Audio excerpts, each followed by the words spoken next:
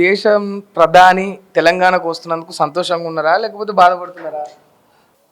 దేశ ప్రధానిగా ఆ, తెలంగాణ రాష్ట్రానికి వస్తుంటే ఒక పక్క సంతోషంగానే ఉంది, కానీ దేశ ప్రధానిగా వచ్చి తన అధికారిక కార్యక్రమాలు చేసుకొని పోతే ఎవరికి కూడా ఎటువంటి అభ్యంతరాలు లేదు.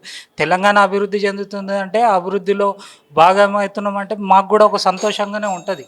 కానీ నరేంద్ర మోడీ గారు అధికార పర్యటన పెట్టుకొని ఒక పక్క ఇనాగ్రేషన్ అంటూనే మరో పక్కన పార్టీ భారతీయ జనతా పార్టీ బహిరంగ సభ పెట్టుకొని ఆయన కమలం పువ్వు గుర్తు పెట్టుకొని ప్రధానమంత్రిగా కాదు ఒక రాజకీయ నాయకునిగానే ఆ సమావేశం నిర్వహిస్తున్నందుకు ఒక పక్క బాధగా కూడా ఉన్నది. అంటే మీరు రాజకీయ నాయకుడిగానే నిర్వహిస్తున్న ఎట్లా చెప్తారు? దేశ ప్రధానిగా తెలంగాణ మీద ప్రేమతో వచ్చిండు అనుకోవచ్చు కదా, రాకపోతే రాలేదంటారు, వస్తే వచ్చిండు అంటారు. ఇది ఎక్కడ న్యాయం? మేము ప్రధానిగా వచ్చడాన్ని మేము స్వాగతిస్తున్నామని చెప్తున్నాము. కానీ ప్రధానిగా వచ్చిన ప్రధాని గారు రాజకీయాలు మాట్లాడి ఈ రాష్ట్రంలో ఉన్నది తెలంగాణ రాష్ట్రం, లేకుంటే అంతకుముందు ఉమ్మడి రాష్ట్రం అంటేనే ఇది ఒక డిఫరెంట్గా సౌత్లో ఉన్నది ఒక ఇక్కడ మత కల్లోలాలు లేపడానికి, లేకుంటే స్థానికంగా రాబో జిహెచ్ఎంసీ ఎలక్షన్లో వాళ్ళు ఏదైతే నినాదం ఉన్నదో ఈ దేశవ్యాప్తంగా ఏదైతే ప్రేరేపిస్తున్నారో మతం ఆధారంగానే మేము దేశాన్ని పాలిస్తున్నామని చెప్పుకుంటున్నారో అది మరొకసారి చెప్పడానికి గ్రేటర్ హైదరాబాద్ ప్రజలను ఒక అభూత కల్పన సృష్టించడానికి నరేంద్ర మోడీ గారు వస్తున్నారని మేము భావిస్తా ఉన్నాం. ఇప్పుడు కేవలం మత ప్రచారం కోసమే వస్తున్నారంటారా, తెలంగాణ ప్రయోజనాల కోసం కాదంటారా?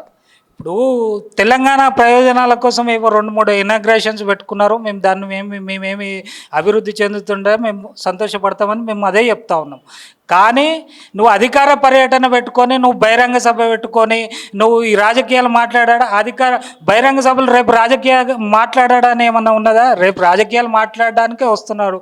ఈ జనం కూడా భారతీయ జనతా పార్టీ ఒక ప్రచారం చేస్తుంది, రామరాజ్యం వస్తుంది గ్రేటర్ హైదరాబాద్లో, మేము జిహెచ్ఎంసీ లిమిట్లో హైదరాబాద్ సరౌండింగ్ 3 కార్పొరేషన్లో రామరాజ్యం తీసుకొస్తామని ప్రచారం చేస్తూ ఉన్నారు.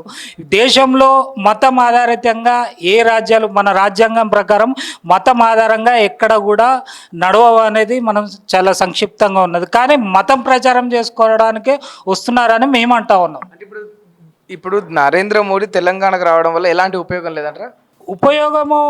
ఉపయోగమేమో భారతీయ జనతా పార్టీకి ఉపయోగం, తెలంగాణ ప్రజలకు ఏం ఉపయోగం చెప్పండి? ఇన్నిసార్లు ప్రధానమంత్రి వచ్చిండు, ఈ రాష్ట్రంలో 8 మంది ఎంపీలను గెలిపించి తెలంగాణకు ఎటువంటి ప్రయోజనం జరిగింది? ఏం లేదు, శూన్యము. తెలంగాణకు ప్రయోజనం ఏం జరగలేదు కదా.